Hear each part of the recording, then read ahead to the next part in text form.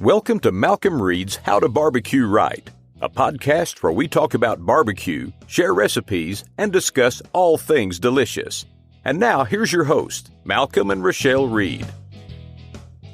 Hey, welcome back to the How to Barbecue Right Podcast. I'm your host, Malcom Reed, joined by my lovely wife, Miss Southern Shell.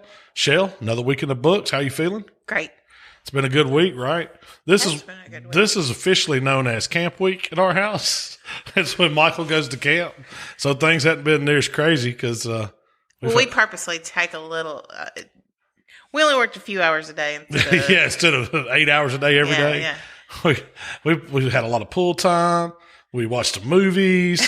We went to lunch a couple times. We even went to breakfast once. So it's been a fun week, man. This has been. I love Camp Week. Yeah, we watched the baseball game at a bar. We got to go do a little bit of afternoon day drinking and watch Mississippi State. They lose both games we've watched. Yeah, they lost both games. They're out last night. I thought they had Louisville last night, but then they let them come back in. They brought their relievers in. And the dude that was pitching to start off was doing fine. And then seventh inning comes and they let it all just go. So, hey, they wanted to go back to Starkville, I guess. It is what it is. It is what it is. I don't know if they'd have beat Vanderbilt anyway. Vanderbilt's been hot. Yeah. They'd had to beat them twice. Yeah. But anyway, so college baseball's over. Louisville has to go beat Vanderbilt twice. Yeah, they'll have to beat them twice. I think it's going to be Vandy. I imagine it's going to be Vandy. Yeah. But now it's on to college football, right? Yeah. Yes. My favorite time of the year. After Shark Week. Shark Week's coming up. It's Shark Week, then it rolls right into football season. It's like the end of summer. It is, yeah. Shark Week and football, yeah. I'm glad we're going on vacation to the beach before Shark Week because I usually never want to get in the water after Shark Week. Yeah. So, me and Michael watch. I record all of them. It's great entertainment. I don't like really getting too deep out in the ocean anyway. You just go like waist high. You don't have to get deep for Jaws to get you. He swims right up there to the bank. It doesn't take much water. So what are we talking about today? We got a video. I thought we'd talk about our video that we dropped this week. Yeah, that was just that was one we kind of mentioned it last week. We went out to Texas to do some meat church little classes. And real quick, I want to shout out to my new buddy Brad. He came to one of the classes and he brought me this monster size bottle of TX whiskey, and then it's the weekend. Is it TX whiskey or Texas whiskey? Texas blended whiskey, TX. I don't know. I really don't know, but they have this cool place. It's called the Whiskey Ranch, where they do a lot of stuff out there. Matt actually told me about that. He went out and did some. He's sponsored by these guys.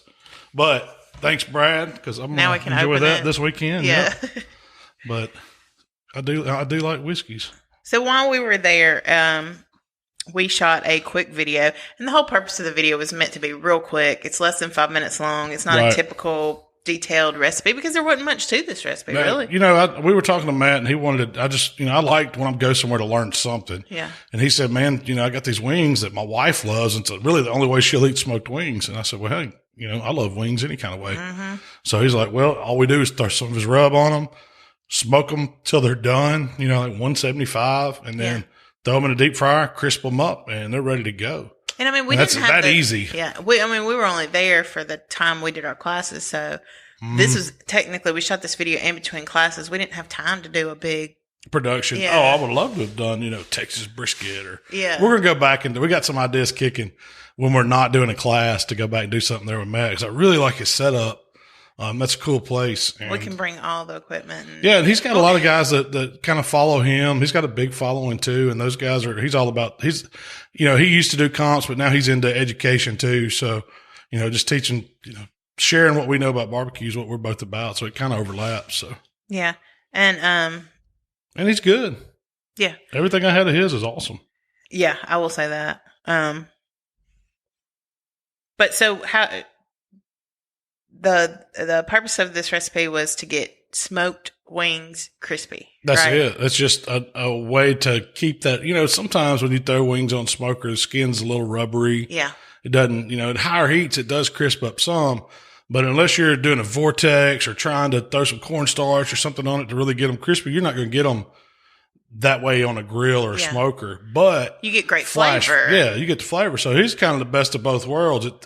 It's it's a deep fried wing. It has that, like a classic deep fried wing, but it has all that elements of being smoked, and you get all, the seasoning cooked in it. And it was super simple. I mean, and I've done those before, just playing around, throw them on, smoke them a little bit and then finish them off in a deep fryer. They're really, really good. Well, most of the time when you order smoked wings at a barbecue restaurant, that's how they've been prepared. Yeah. They've smoked them ahead of time. They've held them. And then when they flash fry them to order. Yep. And that's the way you get them. You get them back to serving temp. Mm-hmm. But see, I like to toss them in sauce.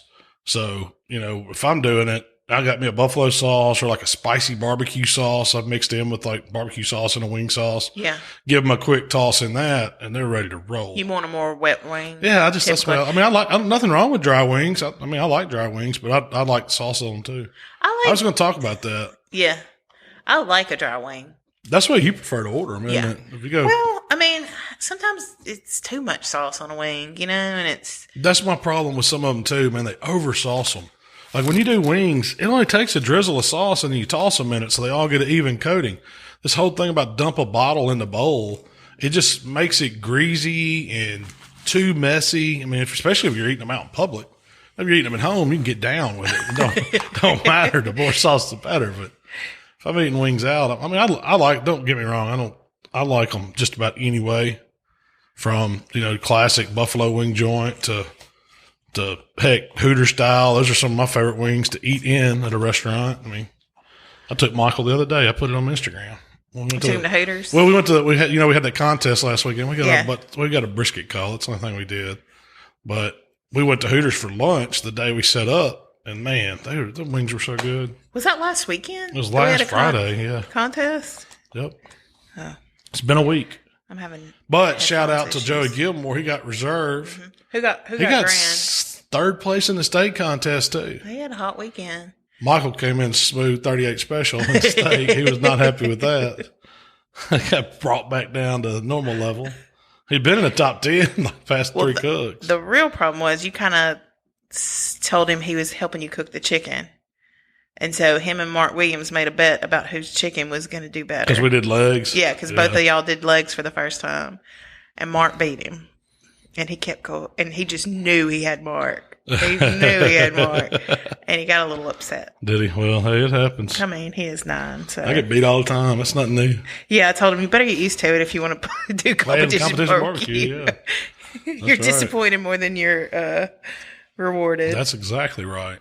But so with these smoked fried wings, you could use any rub, you could use any finishing sauce. Yeah. This is a really interchangeable recipe. It's just get some seasoning on them. Your favorite rub on the outside. Yeah, get them on any smoker. I'd run it at 275. 275. That seems to do. It's going to do. But you really probably doesn't matter. But the whole thing is, you want to get them done in about an hour. Yeah. And then have your grease getting hot. Or all you got to do is drop them. Why do you want to get them done in about an hour? What's the purpose? That's a good time to cook wings. It's about how long it takes. You can put them on 225 and cook them 3 hours if you wanted to. Well, what if you kicked it up to like 325? Because a lot of times when you smoke wings, you'll do them at 325, but you're not frying them. Yeah, I'm not frying those, but you could. It's just about rendering that fat. Okay. I've been seen. So if you're going to fry them, 275 is a good temp to let it render. To let it roll. Slow. Yeah. They were really tender. They were. Yeah. That's what taking them to 175 does. Like, those wings are done at 165. But to me, a chicken wing needs to let go of its bones, and it doesn't do it. I've even taken wings as high as like 202. Yeah. And I like them up higher. Now, if you're going to flash fry them, I probably wouldn't take them to that high. Well, you probably do by the time you flash fry them too. Don't you think? Well, they stay in there 3 minutes.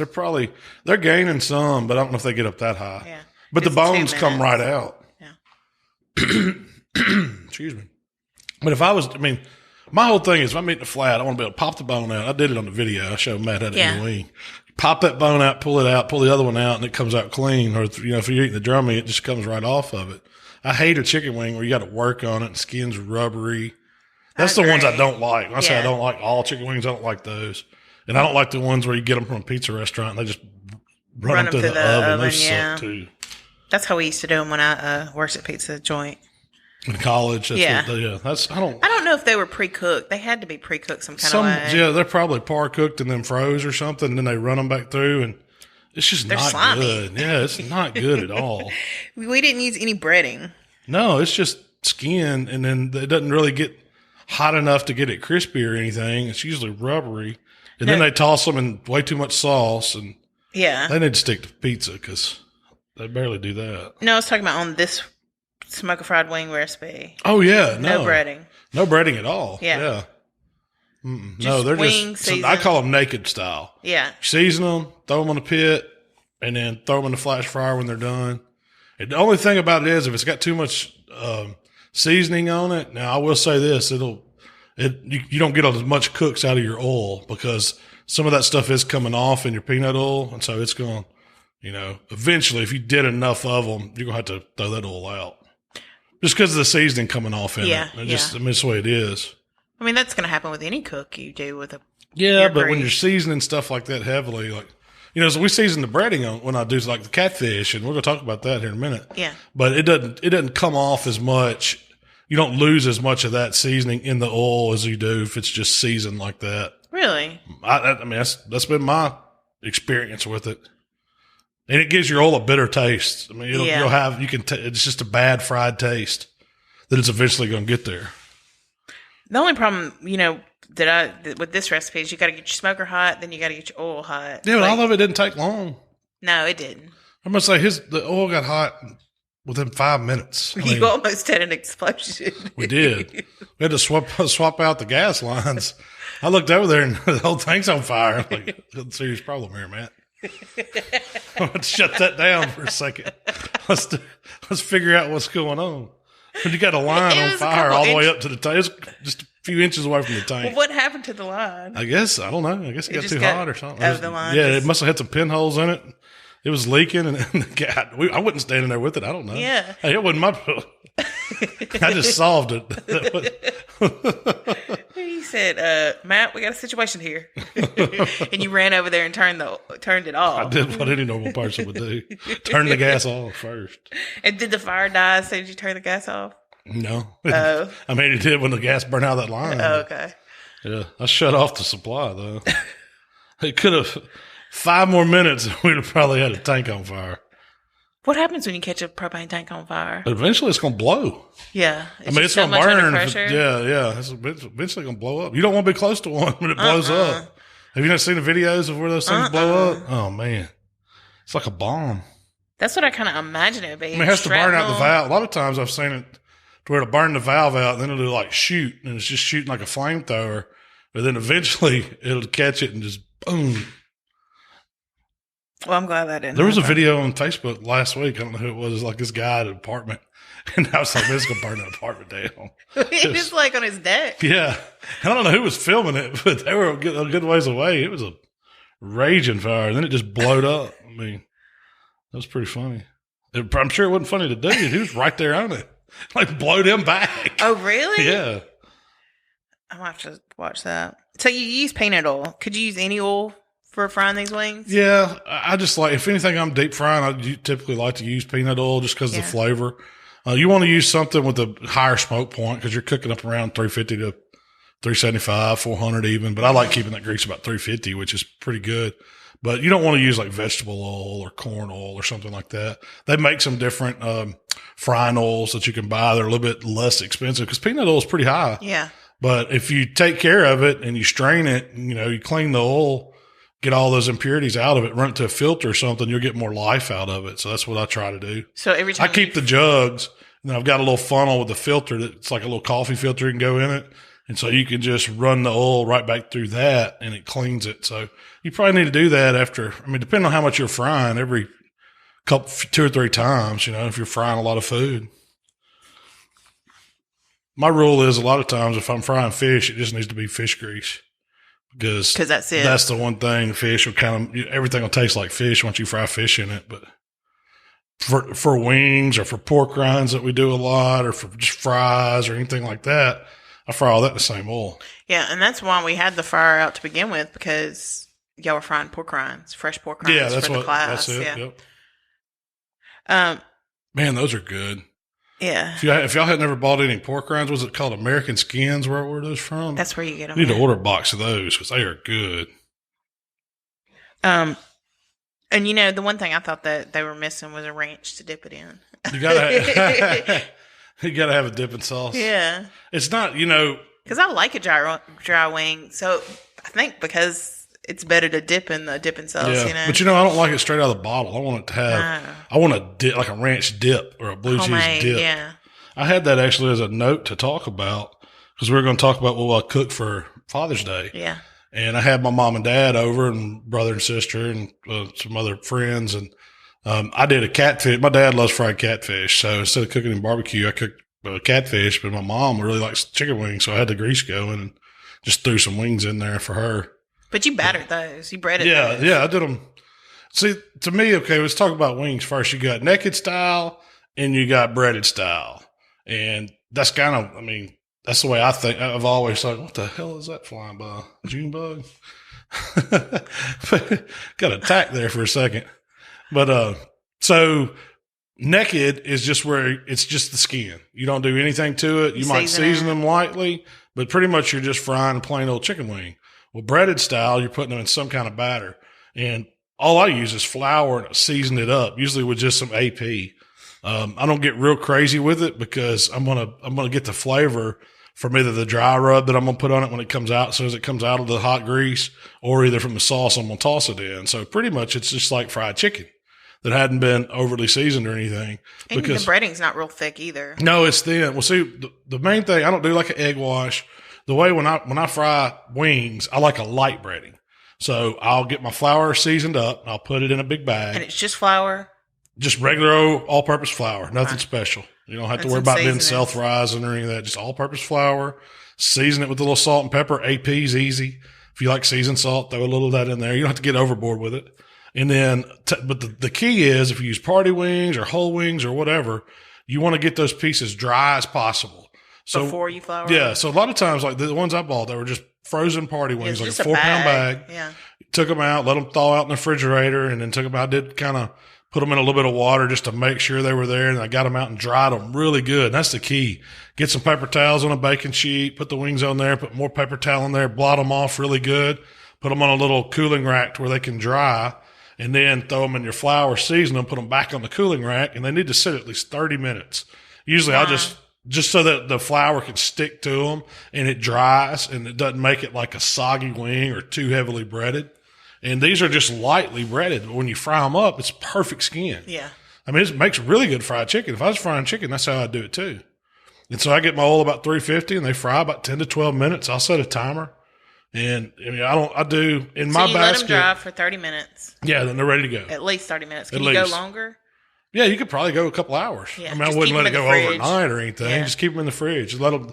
They're just going to air dry. So the skin, the moisture is going to be absorbed out of it a little bit, but it's going to get tacky on there, and it'll just be a kind of a dry flour on it. Yeah, that's what you want. You don't want it overly, like you're not trying to breading, egg wash breading, build up this big thick crust on them. Or at least I don't like them like that. Yeah. It's plenty of crust. Heck yeah. Especially by the time you sauce it. By the time it's fried and stuff, it's plenty of crust. Yeah. It's not thick, but it's perfect chicken crust. Perfect. And so get them and get your oil about 350, 10 to 12 minutes. Do you always use peanut oil? I do. Yeah. Yeah, I'm going to spend the money. It's not that much more expensive by the time you're buying a big jug of oil. I just buy it at Sam's in the big, 5-gallon jug or whatever. It's probably not quite 5 gallons, but I forget what it is, so many liters. I'm a big fan of peanut oil. I think it makes a big difference. If you're allergic to it, don't use it. Use that clear frying oil. But get something that's meant to fry, not just something flavorful. Like corn oil or vegetable oil will be a little too light. You need something, made for frying, a little higher smoke point. So you drop them in. Drop them in 10 to 12 minutes, take them out, but put them on another cooling rack. And, I usually put them in a pan on a cooling rack. That way that grease is getting away from them. They're not something, and that's what makes them crispy. Yeah. And so what I'll do a lot of times, especially if I know I'm going to cook some other stuff, I'm serving these a little bit later, I'll have my oven on warm. That way I can take these sheet pans with the wings on the raised rack and just stick them in that warm oven, and it keeps them from getting soggy. Because that's what we did you don't Sunday. want them to get soggy. We threw them in the oven, and it was like 180. It was about what we had 140 is what I set it at. I cranked it up because it was so cold. It wasn't warm in there. Yeah. So I cranked it up to 180, I think. It might have been 200. Yeah, you don't want them too high. It'll cook them and dry them out. Yeah. You want to keep them just warm. But it was that 140 wasn't doing much of anything. Yeah. Kicked it up a little bit. A little bit warmer. But we threw it in there for 10, 15 minutes just long enough while I was cooking fish. But that was it. The thing is, like in my fryer, I got the double basket. I think it's a Cajun Works. I think it's the 5-gallon size or whatever it is. It's 2 baskets. And I do about 6 or 7 wings in each basket because I don't want to overcrowd it. That's another thing where you mess up when you're frying. Don't, just go piling it in. You want to make sure everything has room to fry. That it's got room for the oil to get around it because if it's all touching and crammed in there, it's not going to fry even. So, nothing to it. Yeah. It's all technique, really. Yeah. I had Michael. That's what I was teaching him, how to fry chicken and fish. And then right before we served them, I pulled them out and I tossed them in a buffalo sauce.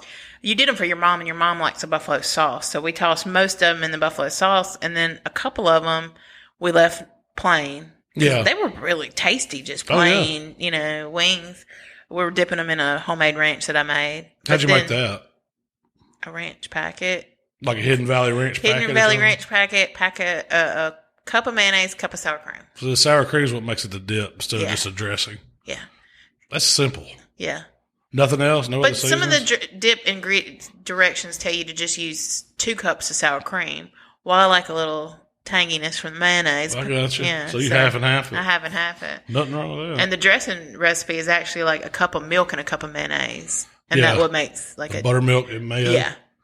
Yeah, that's more like salad dressing though. Yeah, that's more salad dressing. So I take some people eat that with wings. I think it's better when it's a little thicker. Yeah. Stands up. If you wanted to take your celery or carrot, you could stick it in it and it ain't falling over. To me, that's a good sign of a good I call it homemade ranch. It's really just a packet, Yeah.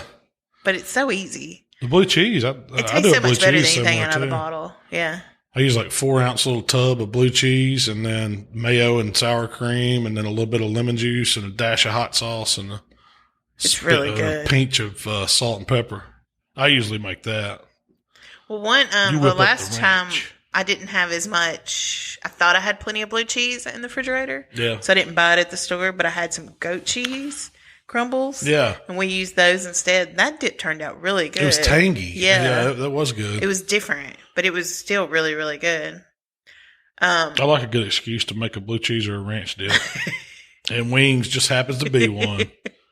And, but I tossed a few of them in that Cosmo's Buffalo Dry Shake. And to me, I really like that stuff. Did you? Did you use his Nashville or just the Buffalo? No, just the Buffalo. I like his garlic parm one. Yeah, we got that one too. I use that when I do like a garlic parm hot wing. And so I take the mayo, the white barbecue sauce, and I tone down the vinegar just a little bit and take out the lemon juice in it. And then I add some of that regular Parmesan cheese and then some of Cosmo's garlic parm seasoning. Because it gives it kind of that little herbiness that, they always say. It's like, I guess it's a really good shake. Yeah. Oh, yeah. But I mix that up and make a white sauce for wings. It's a white garlic parm sauce. Toss those wings in that. And it's really good. That's what you did for your fantasy football draft, yeah, didn't it? Yeah. It was really good. I do. So I've usually got 4 styles that I serve. 4 styles of wings? Yeah. Because I'll do, I like the spicy garlic buffalo, which is kind of my hot sauce, a garlic hot sauce inside with butter. Butter, yeah. It's more traditional. Just a touch of honey to give it a little bit of sweetness and then a little bit of extra cayenne to kick up the heat. So that's really good, but it's got a garlic flavor. And so that's my like buffalo sauce. And then I do that sweet kind of Asian Thai that's really good. And it's just, it's kind of like, if you've ever had Asian zing or one of those teriyaki style sauces, but it's got a little more heat to it from the peppers I put in it. Yeah. And that's real good. I don't know if I've got a recipe. Do I have a recipe out there for that one? I should have. I think you do. And then I always do jerk. It might not have been a recipe we used for wings. It might have been, for chicken or whatever, more of an all-purpose sauce, but I'm pretty sure we have a recipe like that. And then I do a Caribbean jerk and then the parm. That's my favorite 4. Yeah. Which one? And you like them dry, so I usually keep some dry that you can season. Well, when you did your draft, you did 6 different ways. And you did some of them breaded, some of them not breaded. You did the Asian, the jerk, the buffalo, the parm, the garlic parm. You did a buffalo dry kind of, and I forgot what the 6th one was. But you did. I remember it was 6 ways. I'll have to look it up. The picture. I did a wing spread, and then everybody got a half rack of ribs.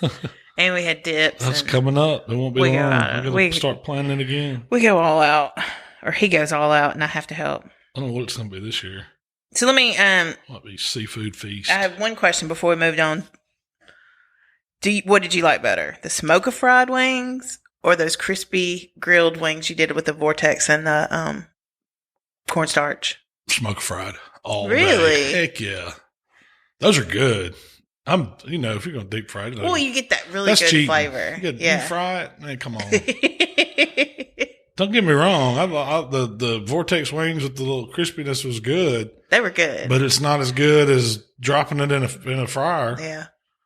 Man, I need to vortex some, and then I bet you they get real crispy. If what? Vortex them without the breading, and then zap them in the grease at the end. Oh. That'd be good. They'd be real crispy. But you would lose that smoke flavor.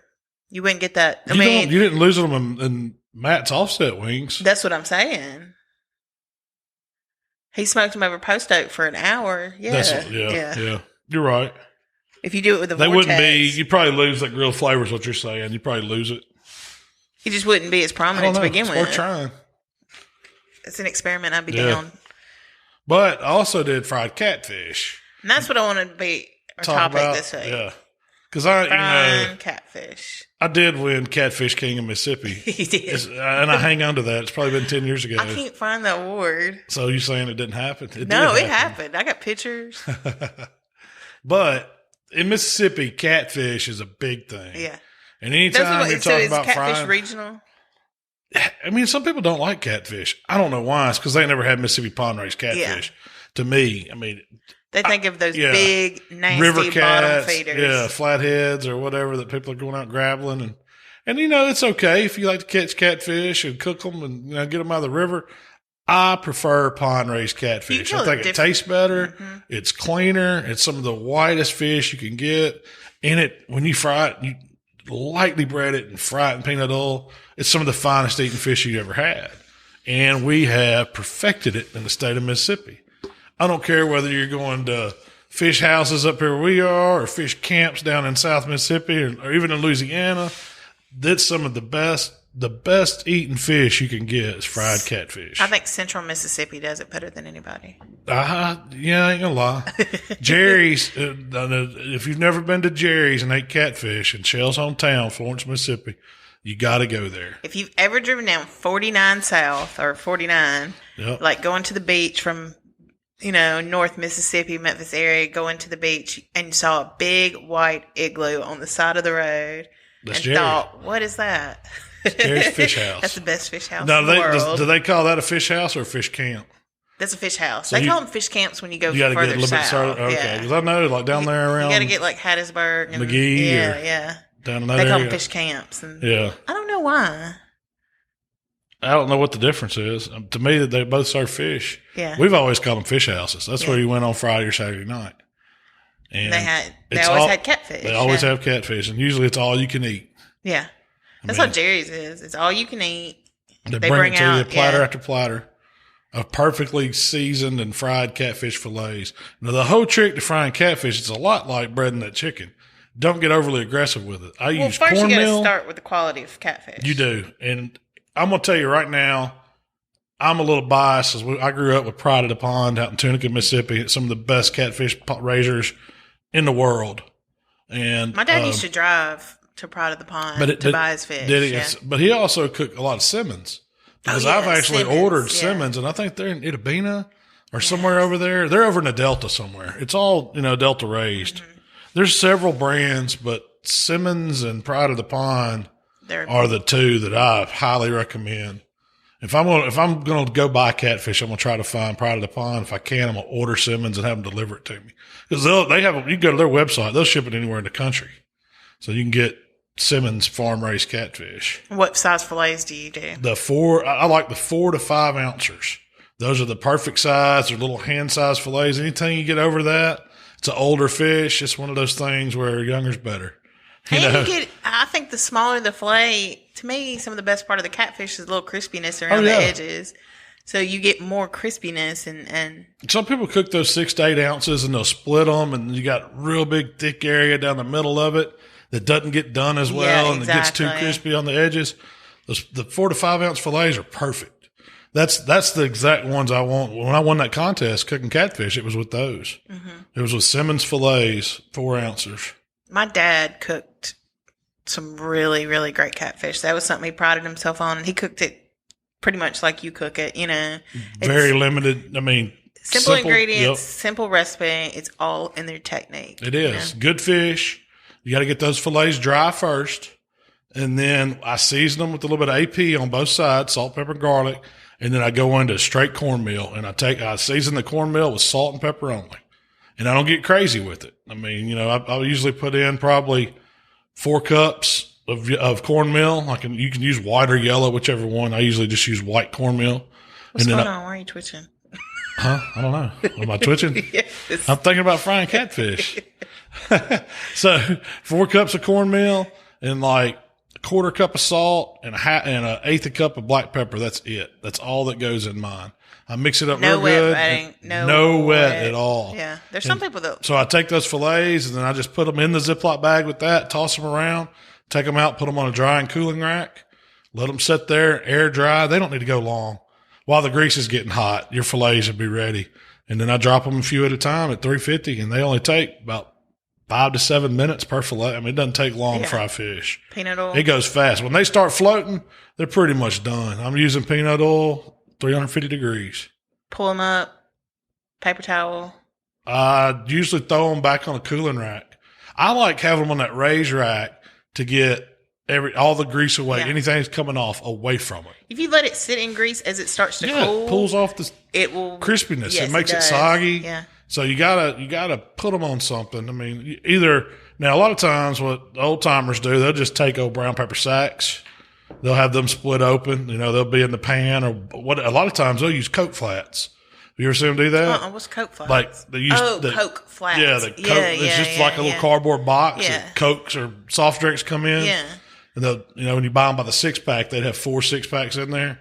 When we went to Fish Fries, it's always what they had. And they'd have them lined with brown paper bags because they use the brown paper bags to bread them too. Mm-hmm. They dump their cornmeal and a little salt and pepper in that, put the fillets in there and roll it down, shake it up. And then they'd have the other ones they'd use as like an absorbent for when they come out of the grease. Yeah. But I think the little cooling racks, like the pork racks or the chicken racks we use, make excellent. They're just cooling racks is all they are. You can get them at any restaurant supply.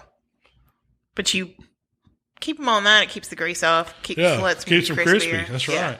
And then all you need is hot sauce and tartar sauce. I have tartar sauce on that too. Man. You got to have a good tartar sauce. Yep. To me, that makes it. No, and it's easy. Blue plate mayo. I use like one. Every time I make it with a whole quart of mayonnaise. We still have tartar sauce in the fridge. 1 quart of blue plate. I get the small jars of dill pickle relish and sweet relish. And I use half of each. And then a small white sweet onion, like a Vidalia, chopped up as fine as you can get it. And then 1 lemon that I just squeeze all the juice in there. And that's it. Salt and pepper to balance it. And whip that up and let it sit.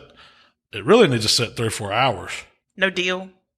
Dill pickle relish. Yeah, so you get dill pickle So I use half a jar of dill relish, half a jar of sweet, because it needs a little sweet element. Because the only seasonings you're actually adding to it are salt and pepper. That's it. I don't need anything. You need to actually work up a real recipe for that. I do. I have it right here. 1 jar of mayonnaise. Right there. Oh, you mean like 32 ounces of mayo? Or make it where you can make it like with half a jar of mayonnaise. You can cut it. I mean, we fed 1, 2, 3, 4, 5, 6, 7, 8, 9, 10 people on Sunday. And we ate a lot of fish and a lot of tartar sauce, and we still have tartar sauce in our fridge. It's going to go bad before we use it up. We need to fry some more fish. But you got to have tartar sauce to go with it. I mean, you got to have coleslaw and hush puppies. I was going to say, what goes with great catfish? Coleslaw and hush puppies. And pickled onion. And usually bread and butter pickles or some sort. You can get spicy if you like them spicy. I like spicy bread and butters. You got to have French fries. Sweet fries. Yeah, I'm not a fry guy. Yeah. But hush puppies, I love them. If they're good. If they're good. You can make some really bad hush puppies. Yeah. Not you specifically, but. I make good hush puppies. You made excellent hush puppies Sunday. How'd you do your hush puppies? Well, I started with the mix. I cheated on that. It was a hush puppy mix, but then I added some fresh cut corn that my mom had put up that she cooked and brought. So I put some of that in there and then just some onion. That was easy. Yeah. But the key. Did you season it any? No, extra? I didn't do anything. I just rolled with the hush package puppy directions mix. and just But added some stuff. you had to let it sit for 30 minutes. Let that hush puppy mix come together. I guess the yeast starts activating. It makes them a lighter hush puppy instead of a packy hush puppy. Mm-hmm. If you let it sit, I don't care if you're mixing up your own. When you mix your batter up, let it sit 30 minutes before you drop them. And then I buy, it's like a little melon scooper. And if you think of the small, I don't know what size scoop. I need to look at it. It's like an ice cream scoop, but a small. Yeah, it's like a melon scoop. baller. Yeah, it wouldn't make a very. I'd be pissed off if I got that scoop of ice cream because it's just like I don't know what size. I need to look and see what it is. I use it when I'm making sausage balls at Christmas time. But it's perfect for dropping hush puppies. And I use that, in the bowl, and I probably made 24 hush puppies with that pack. I mean, they were good. They were good, and they were light. How would you make a homemade hush puppy with cornmeal? It's like making cornbread. It's a little bit thinner batter than say cornbread would be. But I don't mind using a package like that. Yeah, a decent package you doctor up, I've even bought these called World's Best Hush Puppies. They're usually in the frozen section. Oh, yeah. World's Best. They're good. We got them from Walmart. I completely forgot about those. World's Best. Yeah. They are good. They tasted a lot like what I made. And they have them with jalapenos. That's something I like. I like a little spicier one. I like a Mexican style hush puppy where it's got not necessarily cheese, but I like the peppers and the corn and the onion, all that in it. I wouldn't call it Mexican. I just call it spicier. Yeah.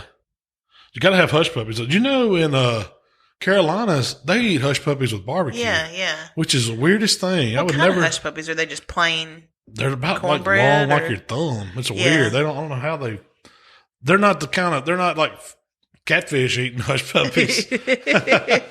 They call them hush puppies, but it's a different take on them. Do they dip them in something? Ketchup, I'd imagine. Yeah. Or vinegar sauce.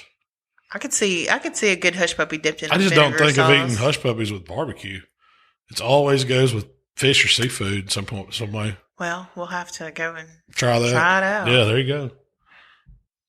But that was pretty much what we did. We cooked fish. When we were in Texas, Michael ordered the catfish plate, and I didn't tell him I wouldn't order the catfish plate in Texas, but it was like this one big piece. He got one fillet, and it was about this big. Man, it must come off 10-pound catfish. It was just one. It was a 12-ounce fillet. Yeah, I was thick. Yeah, I knew it wouldn't be any good, but.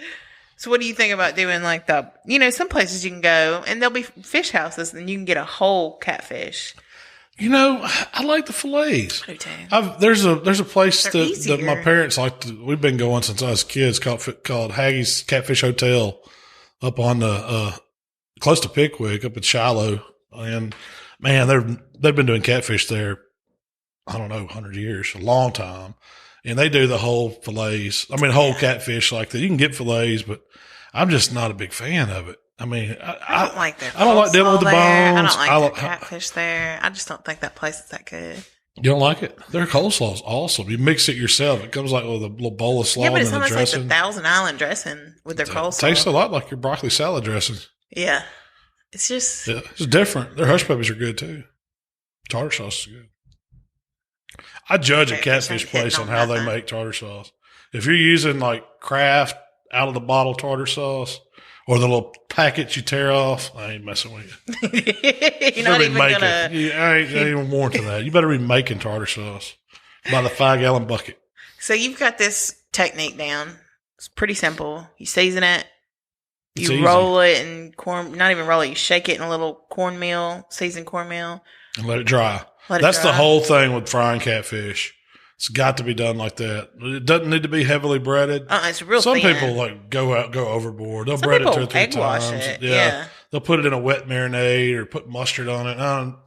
Good catfish, good quality catfish. You don't need to do anything to cover it up. If it's good catfish. Just add a little salt, pepper. That's it. That's all it needs. And cornmeal. Light cornmeal. Good hot peanut oil.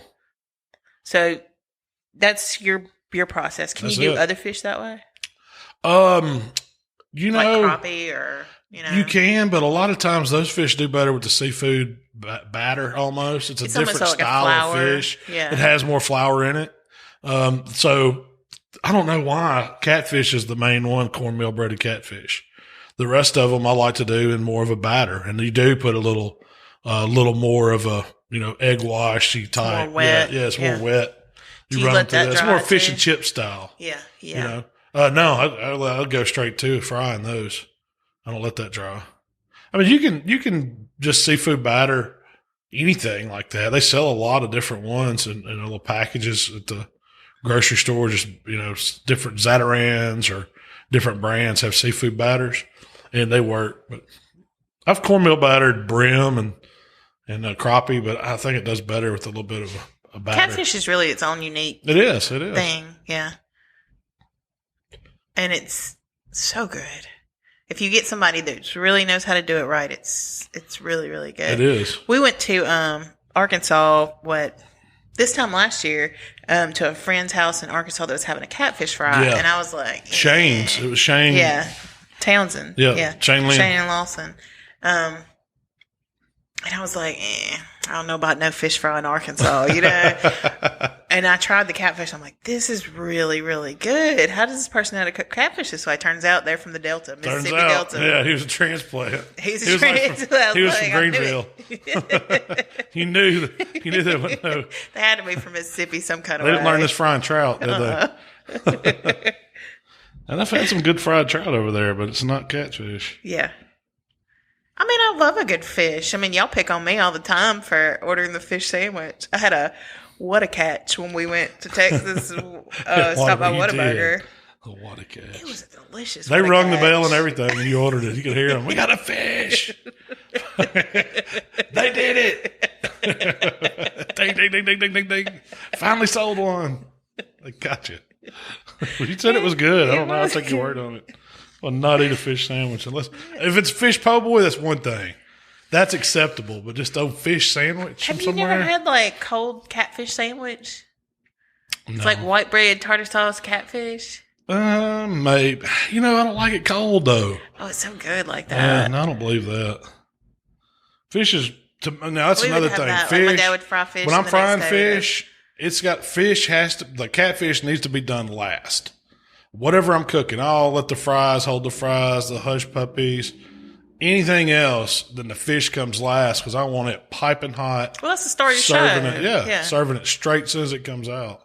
And that was one thing I liked about going to down to the Fourth to your relatives when your granddad would fry, or your uncles would fry fish, and they'd walk around, and you didn't wait on everybody to eat lunch because they were frying fish. And they were giving it out. They started frying fish the night before. Really? So they're just frying boxes of fish. They just fry fish. Yeah. I mean, there'd be hundreds of people down there, or 100.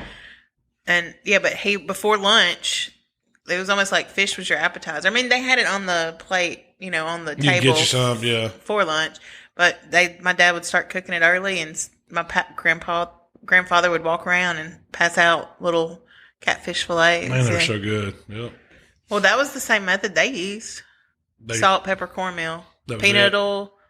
All it ain't secret. That's just how you do it. Small pond. What kind of fryer? Do they have a big Cajun Works fryer? Or? I don't think they had those back then. Really? It was just a cauldron on a burner, fish burner. Yeah. But your Cajun Works fryer, I like it. It makes everything. Yeah. I hadn't cooked anything bad in it. I know. So what are you going to do with the grease now? Did you drain the grease? I need to go home and I need to drain it this weekend. I'll probably throw it out because I cook fish in it. A couple times. And I cooked wings and pork rinds before that. So it's working on several fries. You got your money's worth out of it. Heck yeah. I got another backup 5 gallons too. So I'm ready to reload. You got to keep a fryer on standby. How long does it take you to get your fryer? If I say, Mount, let's get to frying. If I'm just starting it, I give it 20 minutes to get up. To get to 350, yeah. Because that is it's 5 gallons. Yeah. Yeah. Yep. If it ain't 5, it's putting the hurting on 5. Yeah. Well, it doesn't take long. In 20 minutes, we had a plan. It takes longer for it to cool off and be able to drain it than it does get it hot. We did have a plan. I forgot what we were going to do, but we were going to just bring the fryer out and fry everything. We weren't going to cook anything else except fried. We were going to invite people over. It was when we were going to have I forgot what football party it was we were going to do. But it ended up falling through. We had to cancel it because we had something going on. But we were going to get corn dogs for the kids and funnel cake. We're going to fry it all. Pork rinds. Wings. Probably ribs, not deep fried ribs. You like deep fried ribs? I don't know. I've had some that were not good. Really? And that was the last time I had them. Remember when Lambert was He was working on getting them packaged? Yeah. But those were different, though. They were. Those were more commercial. Yeah. They were like processed too much. The meat on the rib because they had to pre-cook it like in steam kettles or something, and exactly. it didn't work. Yeah. He had several different prototypes. Some of them turned out pretty good, but the ones we had were one prototype that he said, no, that ain't going to work. Yeah. They're good if you just do them yourself. It almost tasted like chicken fried steak almost. Yeah, it was weird. It changed it, didn't it? It wasn't that great. Man, that's what I need to do. I need to do some chicken fried steak. That would be good. I could do some homemade mashed potatoes. I have a good homemade mashed potato recipe. You do? Can't hardly mess that up. You can't. The gravy's the key. The gravy's the key on that. I don't have a good gravy recipe. I've never mastered the art of gravy cooking yet. It's all in the brew. I know. Patience. So, coming up this next week, we're going to do our July 4th chicken plate cooking. We're just doing simple old fashioned barbecue chicken on an offset. We're going to probably do some beans to go with it. I talked about maybe doing just a simple slaw. And I'm going to throw a drink in there too. Yeah. Homemade lemonade. 4 total recipes. Yeah. I like this idea of this chicken. It's going to be quarters, probably? Or it's pieces. I'm just barbecue chicken. You're going to do all different pieces? Yep. See, when I think of a chicken plate, it's always a quarter. You get a leg and a thigh. You can get that if you want it. It's going to be cut up, though. So you're doing all pieces? Yeah. Okay. I'm going to have wings. I'm going to have legs. I'm going to have thighs. I'm going to have breast. It's going to be great. How do you keep it from, cooking your leg? It gets done when it gets done. Okay. I mean, this ain't rocket science. This is chicken cooking. So your legs might be a little over and your breasts. I ain't trying to get it all done at the same time. Okay. The breast will be the last thing on. Okay. So the wings and legs will be off first, but they can really go a little over. That's the great thing about those. I mean, thighs. I want my thighs. Chicken, the breasts are the one thing you just don't want to go over. So yeah. But I want my thighs to hit at least 185. Yeah. I like them closer to 2. Mm-hmm. 190. Those thighs that they stay juicy. You couldn't cook a chicken breast like that. It needs at 165 and come off, but the rest of it, wings and legs and thighs, can go. I mean, our comp chicken. They're very forgiving. Yeah, our comp chicken. I'll take it up to 100. 202. 210 sometimes. That's where it's perfect. In butter. Yeah. But that's what we got coming up. And then, July 4th, be off. No video, vacation. no podcast. Yeah. We're going to be somewhere. We might be home in the pool, but it's going to be somewhere. We're not going to be here. All right. Well, that's it. That's all we got going. July is going to be, hopefully hot and vacation time. Mm-hmm. So we will be back. If we're gone a few weeks, we will be back. We'll be back next week. We got to talk about cooking for July 4th. That's right. So, is that all we got? That's it. Tell them where to find us and how to get in touch with us and all the good stuff. No questions, no comments, you didn't write anything down for me to answer? No. I want to thank the Wrights for a cool cutting board. Right on cue. This is an awesome cutting board, I think. I'm going to hang it on the wall. K. James, handcrafted by K. James. That's what it says. Yeah. I'm going to hang it on the wall. Just hadn't done it yet, but. I think Brad. Was it Brad? Brad for the Texas whiskey. Yeah. All I got some wine this week, too. Man, this folks fixed us up. Didn't know it's vacation time. I can't wait. To me, whiskey is more of a wintertime. Not that I don't enjoy as opposed to drinking it. It's an evening drink. Yeah, it's an evening drink. You don't mind having a little nightcap with the whiskey on the ice, right? I drink my beer during the day and my whiskey with at the pinky night. out and the whiskey on the rocks at night.